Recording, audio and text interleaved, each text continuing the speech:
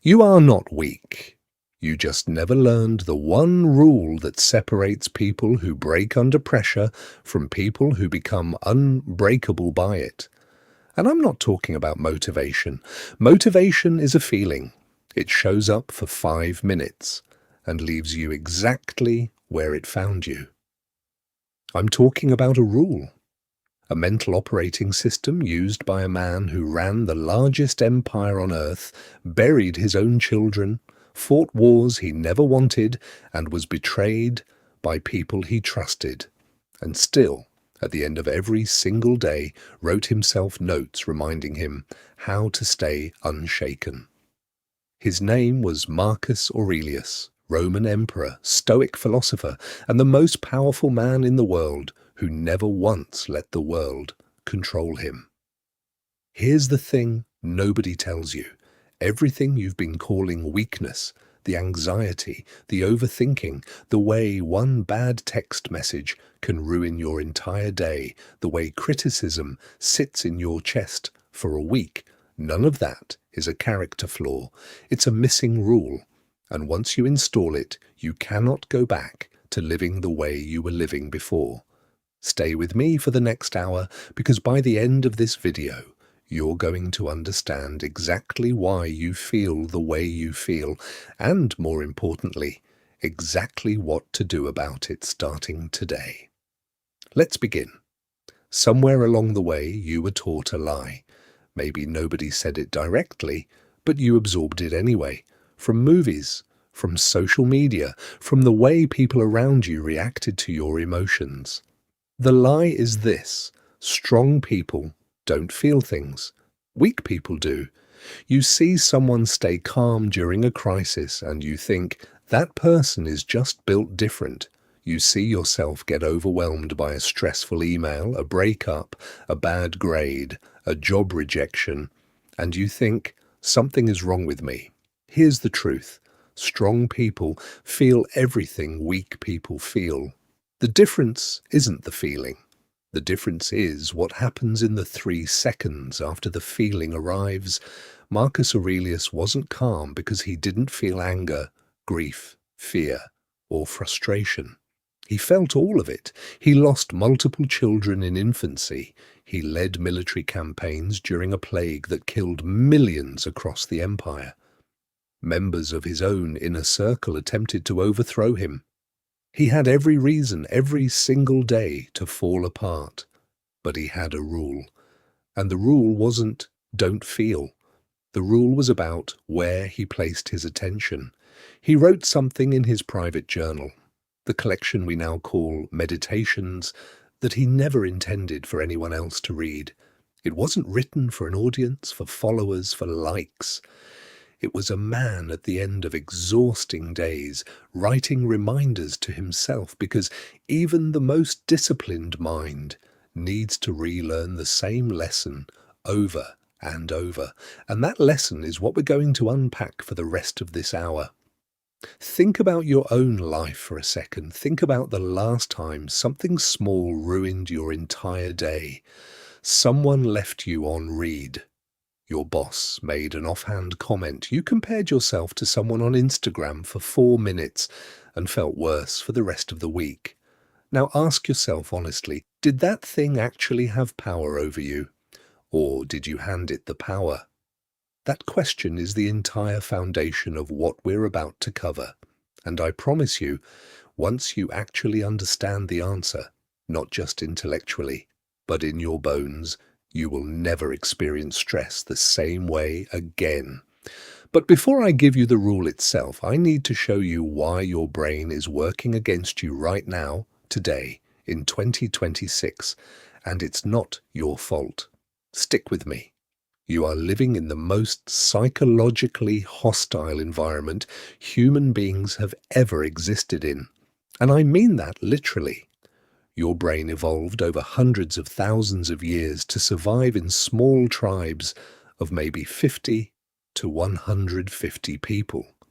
In that environment, being rejected by the group meant death. So your brain built an alarm system, a very sensitive one, that treats social rejection, embarrassment, and disapproval as life-threatening events. Now, take that same ancient alarm system and hand it a smartphone. Every notification is a tiny test of belonging. Every like is a tiny hit of validation. Every unanswered text is a tiny signal of potential rejection. You are now getting hundreds of these signals a day, more social information in one afternoon than your ancestors processed in a month. No wonder you feel exhausted. No wonder small things feel enormous. Your alarm system was never designed for this volume. This is not a coincidence, and it's not entirely accidental either.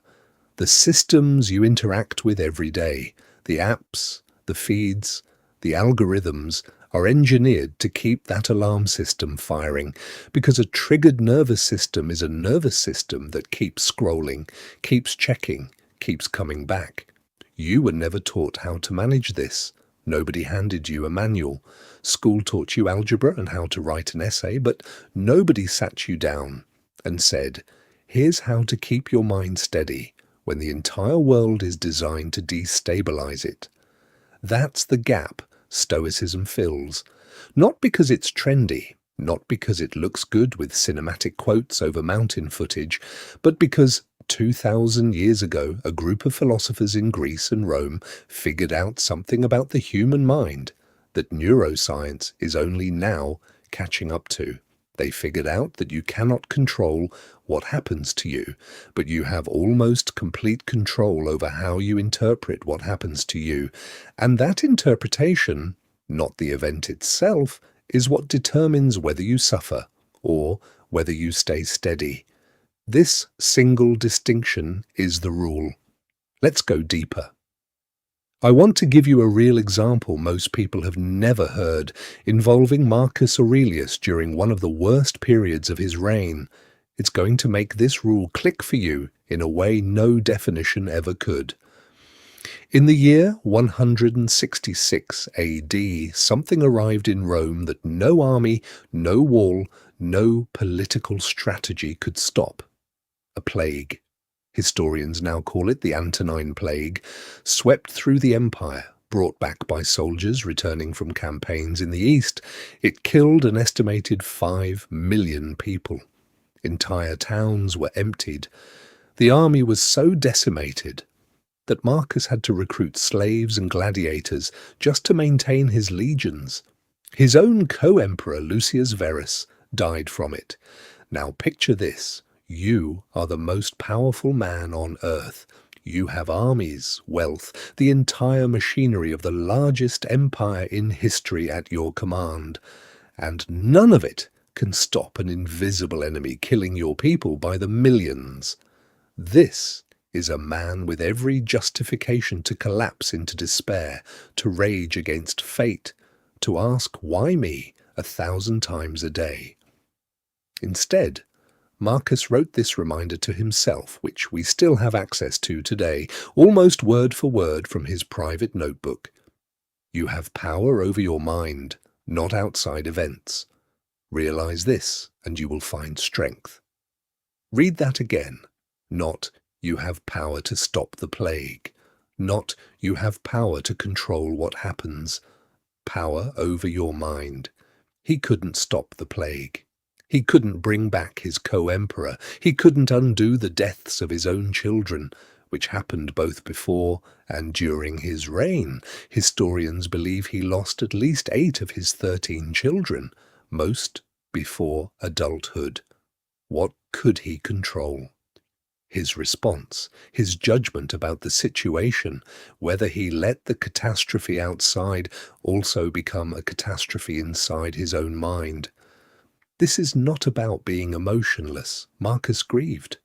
He wrote about grief extensively, but he refused to let grief metastasize into despair, and he refused to let circumstances outside his control dictate whether he could still function as a leader, a father, and a human being. Here's what almost nobody tells you about this story. Marcus wasn't naturally like this. He wasn't born calm. He trained for it daily for decades using specific mental techniques that we still have written down, word for word, in his own hand. And that's exactly what I'm going to teach you right now. Not abstract philosophy, but the actual mechanical technique he used. This is the rule.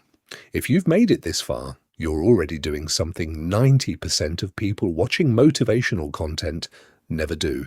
You're staying present instead of skipping ahead. That patience is itself a Stoic skill.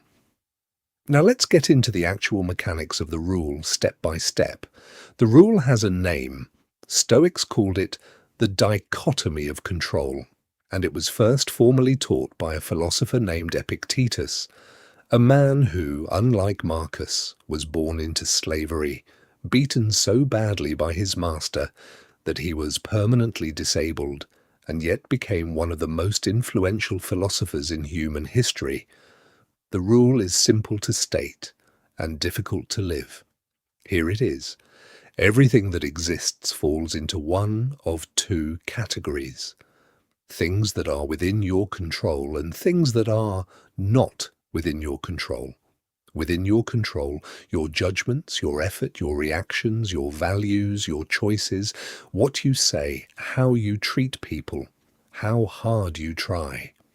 Not within your control, other people's opinions of you, the economy, your genetics, whether someone texts you back, the outcome of a job interview, what happened in your past, other people's actions, the weather, whether people like your content, whether you get sick, whether someone leaves you. Almost everything you suffer about falls into that second category. And here's the brutal, liberating truth. Suffering happens specifically at the moment you treat something in the second category as if it belongs in the first.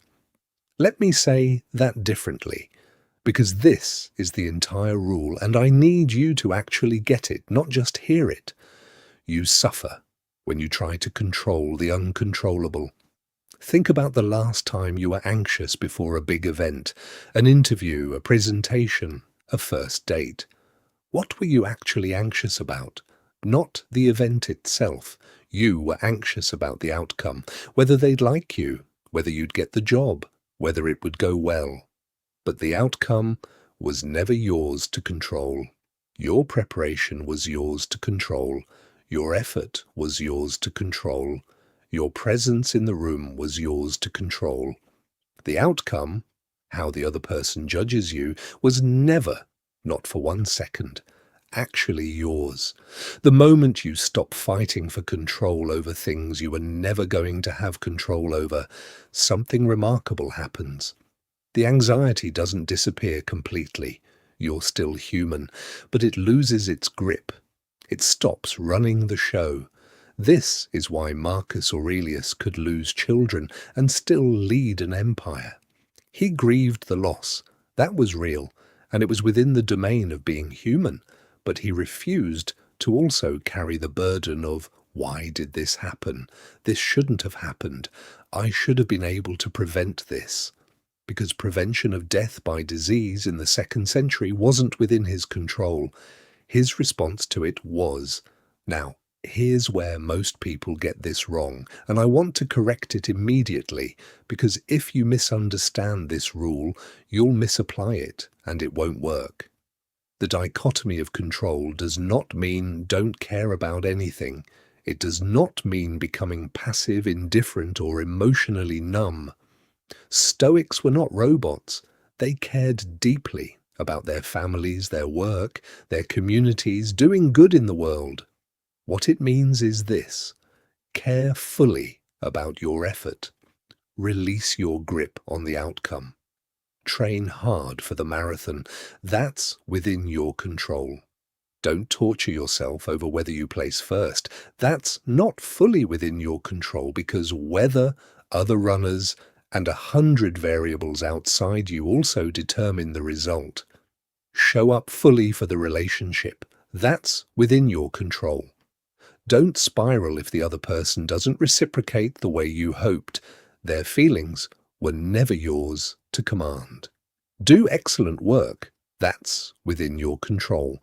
Don't lose sleep over whether you get the promotion. The decision belongs to someone else's judgment, politics, budget, and timing you can't see. This is not resignation. This is precision. You stop wasting your limited mental energy on things you cannot move, and you pour all of it into the things you can. I know what some of you are thinking right now. This sounds nice, but how do I actually do this when I'm in the moment, when the anxiety or the anger is already happening? Good. That's exactly the next part, because knowing the rule and applying the rule in real time are two very different skills. Here's the mechanism, broken down so simply you can use it today.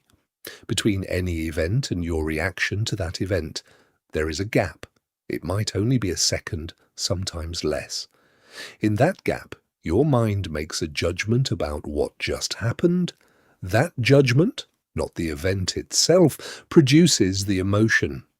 Someone doesn't text you back for 6 hours. That's the event, neutral. It happened. Nothing more, nothing less. Your mind, in that half-second gap, makes a judgment. They're ignoring me. They don't care. Something's wrong. I did something wrong.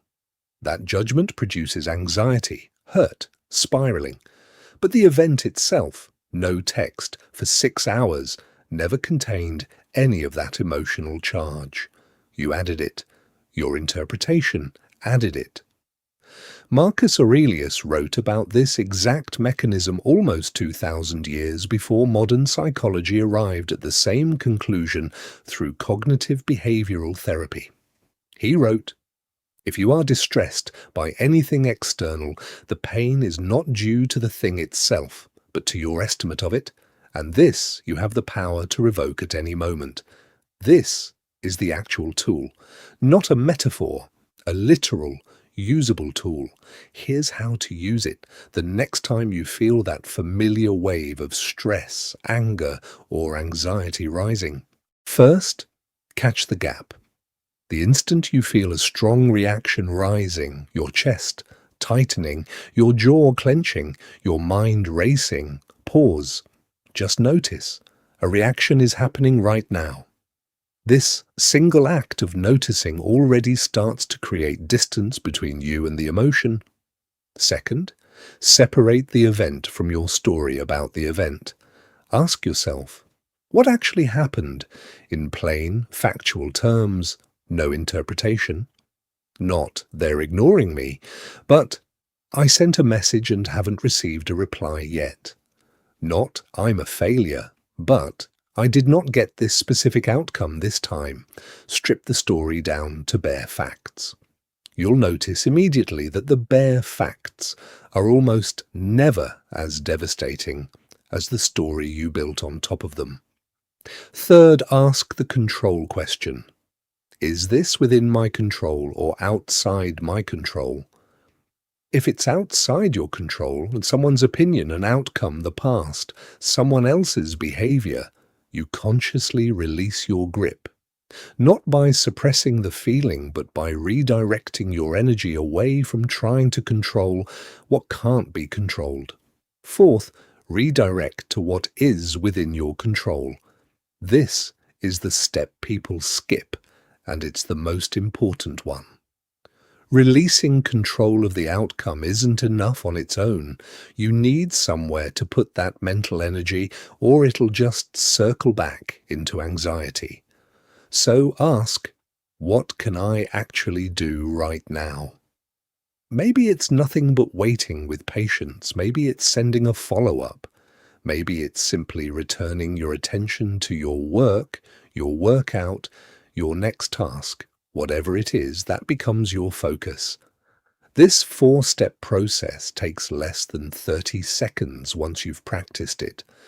In the beginning, it'll feel clunky, deliberate, almost robotic.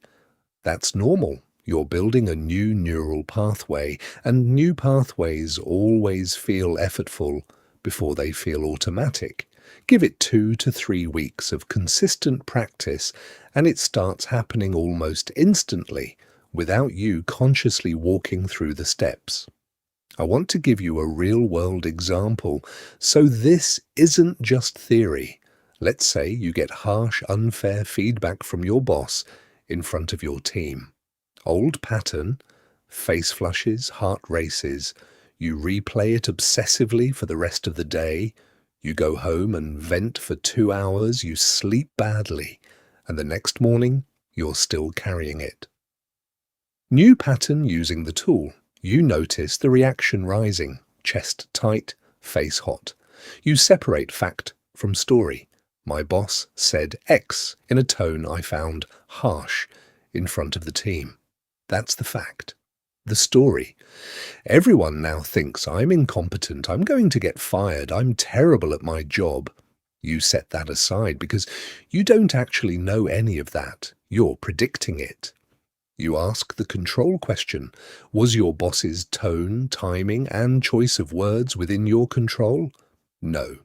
Was your work quality within your control? Yes. You redirect. Instead of spiraling, you ask yourself what, if anything, is worth adjusting in your actual work, and you let the delivery, the tone, the audience, the unfairness of it go. Because holding on to it changes nothing except your own peace of mind. This doesn't mean you become a doormat. If a boundary genuinely needs to be addressed, address it calmly, directly, later, when you're not reactive. That's also within your control. What's not within your control is how the other person receives it, whether they change, whether they apologize. You do your part. You release the rest.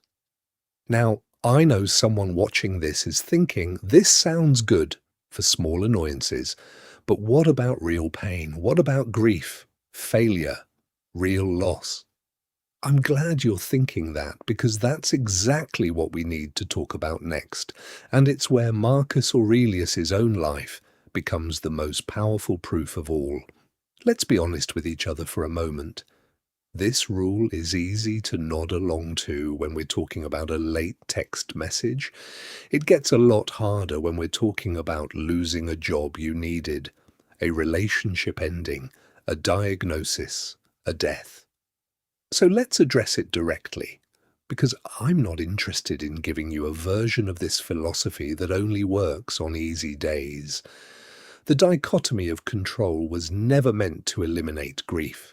Marcus Aurelius grieved. He wrote about the pain of losing people he loved. Stoicism was never about suppressing real human emotion. That's a modern misreading of the philosophy, often pushed by shallow internet content that reduces 2,000 years of thought into just don't feel things. What the rule actually offers in moments of real pain is this. It separates necessary suffering from optional suffering. Necessary suffering is the grief itself, the real, human, appropriate response to real loss. That suffering is not optional, and Stoicism never asked anyone to skip it. You lost someone. You should grieve them. That is love, expressed as pain, and it's not a flaw to be fixed. Optional suffering is everything we add on top of that. The guilt spirals, the "it shouldn't have happened this way," the endless replaying of what you could have done differently, the resentment toward fate itself, the way we sometimes let one loss convince us that nothing is safe, nothing is worth caring about anymore. Necessary suffering has a shape. It rises. It moves through you, and even though it never fully disappears, and it changes over time. Optional suffering has no shape. It's a loop. It can run for years, decades, an entire life, because it's built on resisting a reality that has already happened and cannot be changed. Marcus lost 8 children. 8. If any human being in history had the right to rage against fate forever, it was him. And yet the writings we have from him don't show a man consumed by that rage. They show a man who grieved, who felt the full weight of it, and who kept choosing, day after day, entry after entry in his private notebook to return his attention to what remained in his control. How he showed up for the children who lived, how he led his empire, how he treated the people around him, who he chose to be in the face of loss he never wanted and could not undo. This is the deepest version of the rule, not the absence of pain, the refusal to let pain compound itself indefinitely through resistance to what has already happened. If you are in real pain right now, and some of you watching this are, I want to say this clearly. Feel it. Let yourself grieve. That is not weakness. That is the necessary suffering. And it's proof you loved or cared or hoped for something real. But when you notice the optional suffering creeping in, the guilt, the why me, the endless resistance to a reality that has already happened, that's where the rule applies. Not to erase your pain, but to stop you from suffering it twice. Here's something almost nobody says out loud in this niche, and I want to say it to you directly. Most people who watch a video like this one feel something in the moment, a spark, a sense of, yes, this makes sense, and then change nothing. Not because the philosophy doesn't work, it works. It's worked for over 2,000 years, for emperors and slaves and everyone in between. It fails to change people for one specific reason. They treat it as information instead of practice. Marcus Aurelius wasn't calm because he read a good philosophy book once. He was calm because he wrote in that journal every single day, sometimes multiple times a day, for years, reminding himself of the same principles over and over, because the human mind forgets, drifts, and reverts to old patterns constantly. This is not a one-time fix. It is a daily practice, the same way physical strength requires daily training, not a single trip to the gym. So here is exactly what I want you to do, starting today. If you actually want this rule to change your life, instead of just being a video you watched once and forgot by tomorrow, every night, for the next 30 days, take 2 minutes and ask yourself 3 questions, and write the answers down, on paper, in your notes app, it doesn't matter, but write them. What today did I suffer over that was actually outside my control? Where did I waste energy today, trying to control something I never could? And tomorrow, what is one thing fully within my control that I will focus my energy on instead? That's it. 2 minutes, 30 days. This is exactly the practice Marcus Aurelius used, adapted for your actual life. You will not become unshakable after one night. You'll barely notice a difference after 1 week. But by day 30, I promise you, you will notice that things which used to ruin your entire day no longer have that power over you. Not because those things changed, because you did. Let's go back to where we started. You are not weak. You were never weak. What you were missing was a rule, a specific, practical, learnable way of directing your attention toward what you can actually control and releasing your grip on everything you can't. Marcus Aurelius wasn't given this strength at birth. He built it, sentence by sentence, in a private notebook that he never expected the world to read. During some of the hardest years any leader in history has faced, plague, war, betrayal, the death of his own children. If a man carrying the weight of an empire could train his mind to stay steady through all of that, then a late text message, a harsh comment, a setback at work, a fear about the future, none of that gets to define whether you fall apart or whether you stay standing. The rule doesn't remove pain from your life. Nothing can do that, and anyone who promises you a pain-free life is lying to you. What the rule does is give pain its proper size. It stops a hard moment from becoming a hard week. It stops a hard week from becoming a hard identity. You already have everything you need to start. Not tomorrow, not when things calm down. Today, the next time something happens that you didn't want, that you can't control. Pause, ask the question, and redirect your energy to what's actually yours to hold. That's the rule. You are not weak. You just never learned it. Now you have. If this actually meant something to you, don't just scroll past it. Subscribe, because I'm building this channel specifically for people who are done being controlled by things outside their power, and there is a lot more of this coming.